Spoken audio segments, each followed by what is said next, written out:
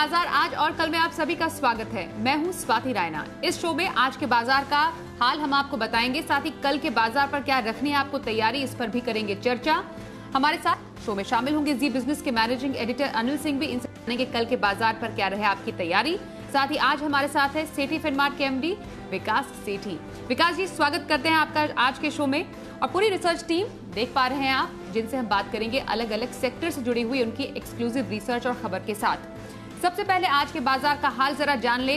Share बाजार में आज दिन भर उतार चढ़ाव बना रहा। निफ्टी ने इंट्राडे में लगातार 8वें दिन हालांकि नया रिकॉर्ड बनाया और 17,436 का स्तर छुआ। सेंसेक्स ने भी 58,553 का नया रिकॉर्ड स्तर छुआ, लेकिन इंट्राडे में नया रिकॉर्ड बनाने के बाद बाजारों पर मुनाफा वसूली हावी हो गई और उतार चढ़ाव के बीच सेंसेक्स निफ्टी हल्की गिरावट पर बंद हुए। आज बाजार पर आईटी और फार्मा शेयरों ने सबसे ज्यादा दबाव बनाया।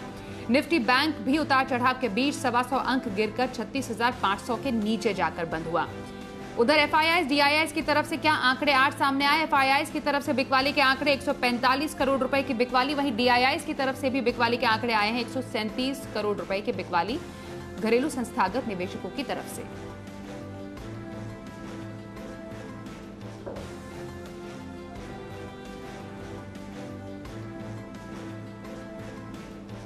और आइए अब एडिटर्स टेक में अनिल जी से समझते हैं बाजार में ऊपरी स्तरों से मुनाफा वसूली आज क्यों दिखी।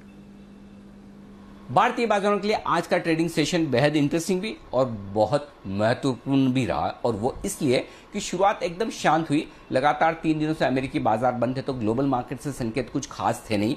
हमारे बाजारों का मोमेंटम बड़ा स्ट्रॉन्ग था और उसके चलते हुए भारतीय बाजार हल्के हरे निशान में खुले 17,400 के आसपास निफ्टी पर, और उसके बाद पहले घंटे में ही प्रॉफिट बुकिंग हावी होती दिखी और एक बार 17,300 के थोड़ा नीचे जाने के बाद निफ्टी फिर से संभला। यही हाल बैंक निफ्टी का भी था। 36,500 के नीचे फिसलने के बाद बैंक निफ्टी ने 36,150 के आसपास दिन के दौरान गिरावट दिखाई और वहां से फिर से रिकवरी आती दिखी। इस रिकवरी की सबसे खास बात यह रही कि मिड सेशन में जो रिकवरी आई वो काबिले तारीफ थी, और रिकवरी में न सिर्फ सारे के सारे नुकसान की भरपाई बाजार ने की बल्कि नए रिकॉर्ड बनाए। सेंसेक्स ने 58,553 का एक नया रिकॉर्ड बनाया, तो निफ्टी भी एक और नए रिकॉर्ड के साथ लगातार 8वें दिन पर 17,436 तक पहुंचता हुआ दिखा। हालांकि क्लोजिंग में हल्के हल्के नुकसान के साथ सेंसेक्स निफ्टी और बैंक निफ्टी बंद होते हुए दिखे, लेकिन ओवरऑल मिला जुला कारोबार दोनों ही तरफ बाजार में देखने को मिला। मिड कैप इंडेक्स फिर से रिकॉर्ड ऊंचाइयों पर पहुंचा। ब्रॉडर मार्केट में खरीदारी का माहौल लगातार बरकरार था, तो ओवरऑल कह सकते हैं कि इतने दिनों की लगातार तेजी के बाद तेजी तो आज भी हुई, रिकॉर्ड आज भी बने, लेकिन पहली बार कई दिनों के बाद थोड़ी बहुत दिन के दौरान की प्रॉफिट बुकिंग देखने को मिली, जो कि बाजार की इतनी ऊंचाइयों पर जायज है, और वो भी छोटी सी, कोई खास बड़ी बात नहीं, और वो भी तब जबकि खरीदारी फिर से निचले स्तरों से लौटती हुई दिखी। तो एक मिला जुला ट्रेडिंग सेशन, और वो इसलिए कि अमेरिका में आज 3 दिनों की छुट्टी के बाद के ट्रेडिंग सेशन का है बाजार को इंतजार। कल के बाजार पर भी तैयारी समझेंगे, हम बातचीत फिर से करेंगे अनिल जी से, लेकिन उससे पहले अब आज के एक्सपर्ट विकास सेठी का रुख कर लेते हैं। विकास जी, आज के बाजार पर आपकी राय, आने वाले दिनों के लिए क्या स्ट्रैटेजी, कल के लिए इंट्राडे पिक कौन से आज आप बताने वाले हैं और पोजिशनल व्यू कहां पर रखी जा सकती है। बिल्कुल स्वाति, देखिए बाजार में आज बिल्कुल एक वॉलेटाइल सेशन था। सुबह हम खुले डेट्स थे, कल के अमेरिका से कोई न्यूज नहीं मिले। अमेरिकी मार्केट कल लिबर्टी के चलते बंद थे, बट बाजार में अच्छी शुरुआत होने के बाद से फिर थोड़ी बहुत प्रॉफिट बुकिंग आई है।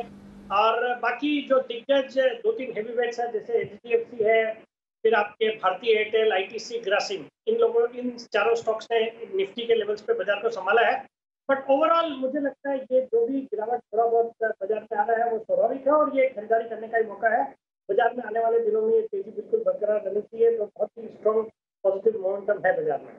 बाकी कल के लिए मेरी जो इंट्राडे पिक है वो एक ओपनिंग अप थीम पे बेस्ड स्टॉक है। स्टॉक का नाम है क्लियर माई ट्रिप, जो कि ईज माई ट्रिप, जो कि इजी ट्रिप प्लानर्स के नाम से कंपनी का नाम है, और ईज माई ट्रिप इसका सिंबल है। आज 500 के आसपास से स्टॉक बंद हुआ है। ये स्टॉक एक ओपनिंग अप थीम का प्रॉक्सी है।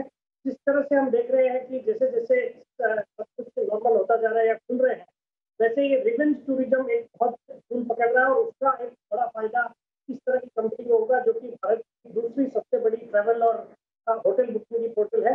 तो बहुत ही सॉलिड फंडामेंटल्स है। पिछले क्वार्टर्स में जब माहौल खराब था, लॉकडाउन से गुजर रहे थे, तब भी इस कंपनी ने प्रॉफिट दर्ज किए हैं। तो फंडामेंटली एक अच्छी कंपनी है। मैंने नेशनल लेवल पे कई बार स्टॉक को रिकमेंड किया हुआ है और आज भी जिस तरह का मोमेंटम इस पे देखने को मिला, मुझे लगता है कल भी ये स्टॉक अच्छा करना चाहिए। तो कल के लिए मेरे इसमें टारगेट है 525 रुपए के, स्टॉप लॉस है 490 रुपए का। और जहाँ तक मेरी पोजिशनल पिक का सवाल है, मैंने एक हाउसिंग फाइनेंस कंपनी को पिक किया, LIC हाउसिंग फाइनेंस, जो कि एक बहुत ही शानदार कंपनी है। आज ये स्टॉक 424 के आसपास बंद हुआ है। वैसे भी हाउसिंग फाइनेंस जो सेक्टर है बहुत ही अच्छा कर रहा है। आज हमने HDFC को भी लीड लेते हुए देखा और किस तरह से ब्याज की दरें हाउसिंग फाइनेंस के लिए काफी लो लेवल पे है।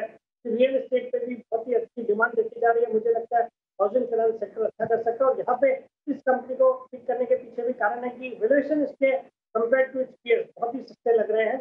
तो इस स्टॉक में खरीदारी करने की सलाह है। अराउंड 424-425 लेवल आज बंद हुआ है। 460 का मेरा इसमें पोजीशन है, स्टॉप लॉस है 405 रुपए। जी, विकास सेठी जी की राय, इंट्राडे में ईज माई ट्रिप का वो रिकमेंडेशन दे रहे हैं और positional view LIC housing finance में खरीदारी की सलाह। बातचीत जारी रहेगी, लेकिन कुछ और आज की बड़ी खबरों का भी रुख कर लेते हैं। खासतौर पर टेलीकॉम शेयरों में हमने चौतरफा आज तेजी देखी। क्या वोडाफोन, क्या भारतीय एयरटेल, हर कोई शेयर आज चढ़ा है। वजह समझते हैं जरा इसकी। कुशल गुप्ता हमारे से। कुशल, जरा बताएं टेलीकॉम शेयरों में उछाल किस वजह से?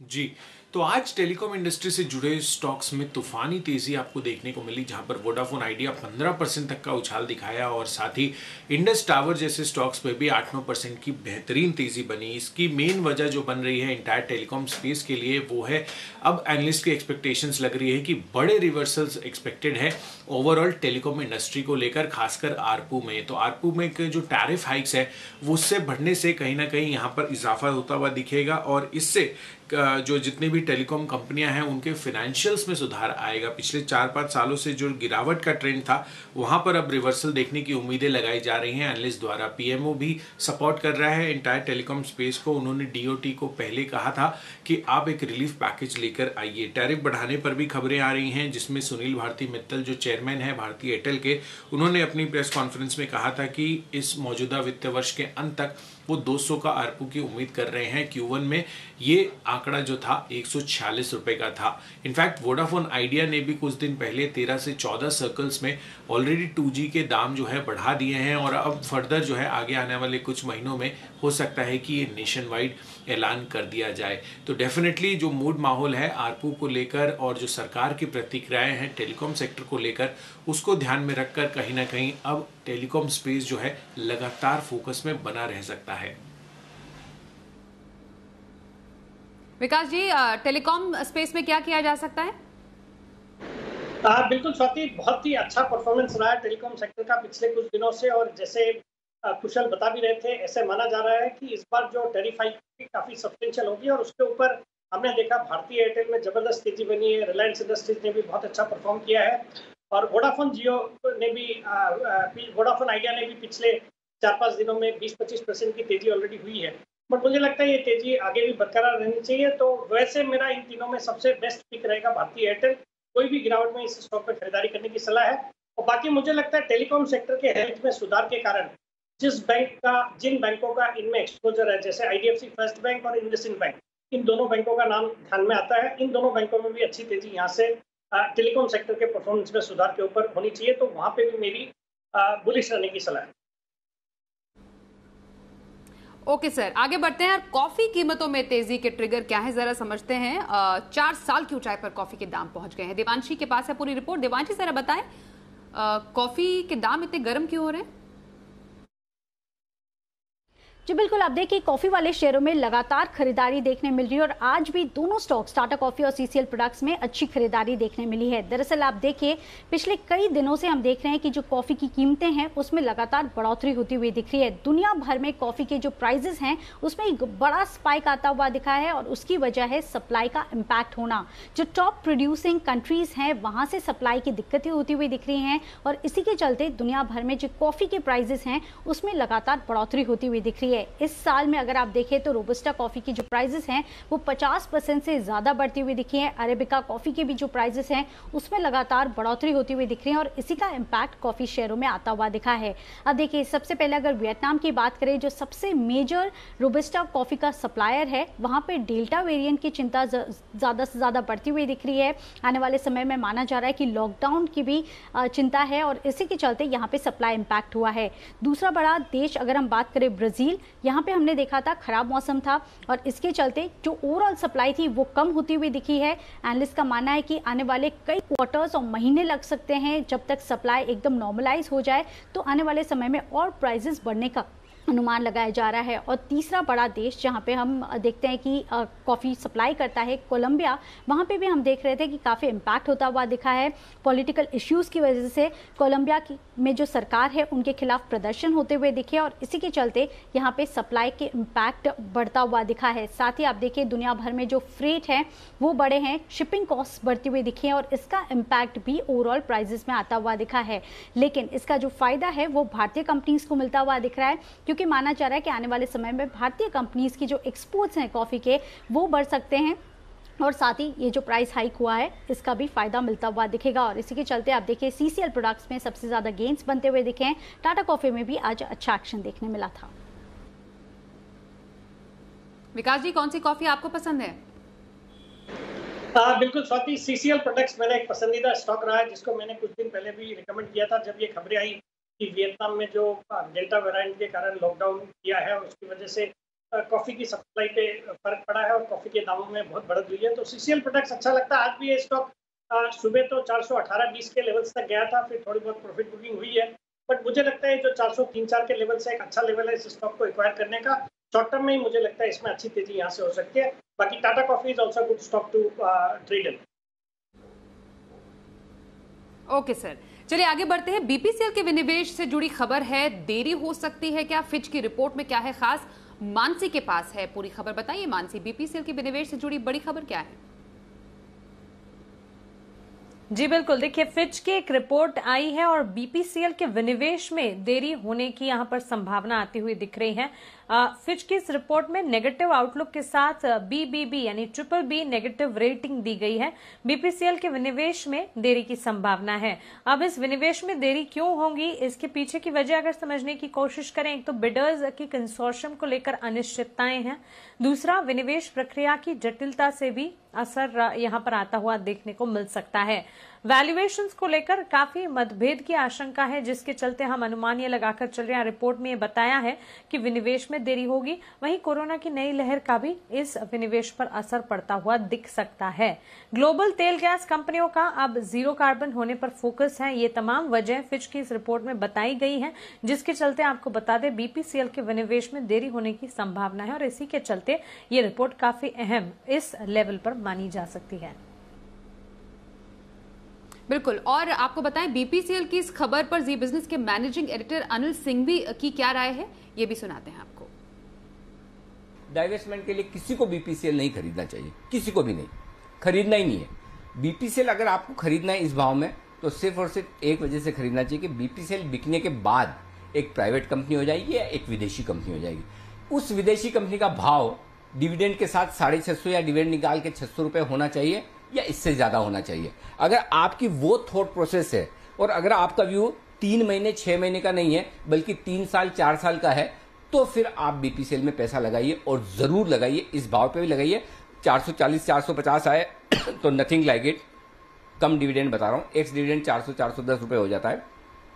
बहुत ही बेहतरीन लेवल होंगे। जब भी बाजार में पैनिक में कभी उन लेवल के आसपास आपको बीपीसीएल मिले तो वो खरीदारी का मौका होगा। तो ये बाय ऑन डिप्स का स्टॉक है, सिर्फ डाइवेस्टमेंट तक का नहीं है, सिर्फ 3 हफ्ते या 3 महीने का नहीं है, ये 3 साल का स्टॉक है। और जो लोग 3 साल के लिए बीपीसीएल को इन्वेस्ट करके रखेंगे वो खुश होंगे।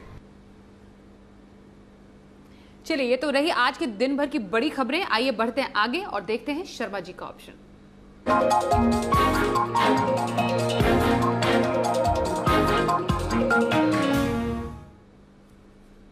एचडीएफसी सिक्योरिटीज के वीके शर्मा हमारे साथ है। सर, स्वागत है आपका। कल के लिए कौन सी ऑप्शन स्ट्रैटेजी बताएंगे?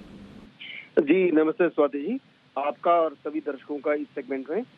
तो आज के लिए मेरा एक ही ऑप्शन मैं लेकर आया हूँ और वो है अल्ट्राटेक सीमेंट।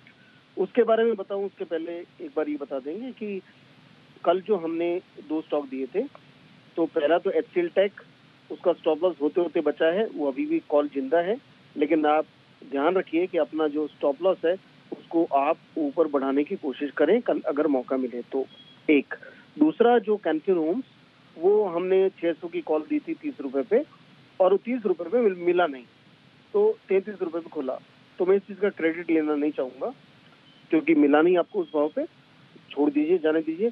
लेकिन इसका टारगेट हो गया 33 का, लेके भी 48 जो टारगेट था हो गया, और ये करीब ऊपर शेयर 50-52 रुपए तक ऑप्शन गया था। तो आज का जो स्टॉक है वो है अल्ट्राटेक सीमेंट। 8100 की कॉल आप ले सकते हैं 199 रुपए पे। इसमें स्टॉप लॉस रखिए 145 का, और टारगेट आपका रहेगा 270। सीमेंट की ये सबसे बड़ी कंपनी है और उम्दा है, और इस वक्त ये देखते हुए कि अगस्त के जो रेलवे की जो डिस्पैचेस हैं वो सीमेंट के करीब 38% अगस्त के ऊपर थे, तो मेरे ख्याल से ये आने वाले दिनों में ये स्टॉक रंग ला सकता है। धन्यवाद, जय हिंद। कल के बाजार में क्या रखे तैयारी, बता रहे हैं अनिल जी। जहां तक कल के बाजारों का सवाल है, भारतीय बाजारों के बंद होने के वक्त डाउ फ्यूचर्स एकदम सुस्त हल्के से हरे निशान में, तो 3 दिनों की लंबी छुट्टी के बाद अमेरिकी बाजार थोड़े मजबूत तो रहने चाहिए, ये अंदाजा है। देखते हैं कि अमेरिकी बाजारों का प्रदर्शन कैसा रहता है, लेकिन भारतीय बाजारों में मोमेंटम स्ट्रांग है। आज के मिले जुले कारोबार को छोड़ दे तो लगातार हाइस पर हाइस बन रहे हैं। हाइस तो आज भी बने, लगातार 8वें दिन नया रिकॉर्ड बना है निफ्टी पर। ऐसे में जो नीचे की तरफ सपोर्ट रेंज है वो 17,275 से 17,325 तुरंत प्रभाव से आपके लिए एक बड़े सपोर्ट का काम करेगा। ऊपरी स्तरों पर 17,400, 17,425 हल्की फुल्की रुकावट का लेवल है, इसके पार तेजी भरपूर बनती हुई दिखेगी। बैंक निफ्टी का जहां तक सवाल है, 36,000, 36,200 बैंक निफ्टी के लिए मजबूत सपोर्ट का काम करेगा, और ऊपरी स्तरों पर 36,700, 36,900 ये वो रेंज है जहां पर प्रॉफिट बुकिंग आने की संभावना है। मिड कैप स्मॉल कैप शेयरों का एक्शन भरपूर है। कल भी उम्मीद करें कि ब्रॉडर मार्केट में चुनिंदा खरीदारी होती दिखेगी, दिग्गज शेयरों में भी चुनिंदा खरीदारी होती दिखेगी। तो निफ्टी को लेकर तो कोई खास चिंता है नहीं, बेहद मजबूती का माहौल है। हो सकता है बैंक निफ्टी में थोड़ा बहुत आपको दबाव देखने को मिले, लेकिन ओवरऑल बाजारों में मोमेंटम अभी भी मजबूती का बरकरार है। बाय ऑन डिप्स का मार्केट है, और वही आपको स्ट्रेटेजी रखनी है। हर एक इंपॉर्टेंट लेवल पर हल्के फुल्के करेक्शन पर आपको निचले स्तरों में करनी है खरीदारी। आइए अब ऑप्शन की स्ट्रैटेजी कल का ऑप्शन में।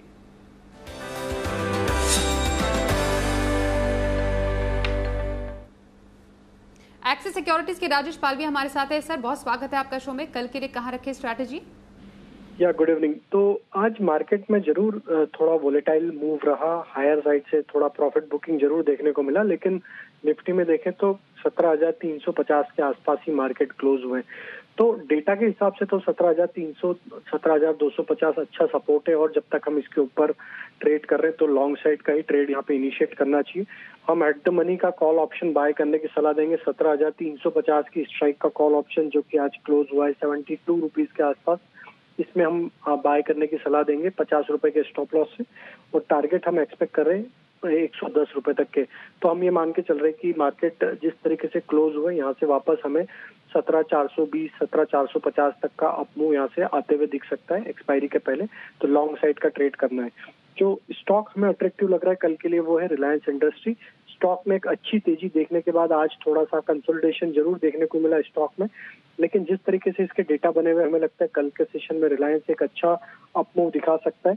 हम एक्सपेक्ट कर रहे हैं 2480 से 2490 तक के टारगेट रिलायंस इंडस्ट्री में। 2415 के स्टॉप लॉस से रिलायंस इंडस्ट्री भी कल के सेशन में बाय किया जा सकता है। शुक्रिया राजेश जी ऑप्शन स्ट्रैटेजी कल के लिए बताने के लिए। विकास जी आपके पास आएंगे, और लॉन्ग टर्म पिक कौन सी रहेगी आपकी? बिल्कुल स्वाति, जो मेरी आज लॉन्ग टर्म पिक है एक solid mid cap IT stock है। स्टॉक का नाम है बिरला सॉफ्ट। ये एक सीके बिरला ग्रुप की कंपनी है जो कि digital transformation, cyber security, enterprise solutions, फिर आर्टिफिशियल इंटेलिजेंस और मशीन लर्निंग, इस तरह के हाई ग्रोथ सेगमेंट को कैटर करती है। ट्रिमेंडस ग्रोथ पोटेंशियल है कंपनी में, और बाकी सॉलिड फंडामेंटल्स है। जून क्वार्टर के नतीजे भी बेहद ही शानदार थे। 113 करोड़ का पैट आया, जो कि पिछले साल से 56 करोड़ का पैट था। प्रोमोटर्स की अच्छी खासी 40% की हिस्सेदारी है। FIIs अराउंड 34-35% ओन करते हैं, जिनमें नामी गिरामी म्यूचुअल फंड्स है जैसे L&T है, निपॉन है, IDFC है, करीबन अबू धाबी इन्वेस्टमेंट अथॉरिटी है। तो मैं इस स्टॉक पे बुलिश हूँ। मुझे लगता है करंट लेवल्स जो कि 411 के आसपास ये स्टॉक आज बंद हुआ है, यहाँ पे खरीदारी करने की सलाह, और मेरा इसमें 9 से 12 महीने में 550 रुपए का टारगेट है। बिरला सॉफ्टेक में लॉन्ग टर्म की खरीदारी करने की सलाह विकास सेठी की। बहुत शुक्रिया विकास जी, आज आप हमारे साथ शो में शामिल हुए। इस शो में बस इतना ही। बने रहिए हमारे साथ, देखते रहिए जी बिजनेस।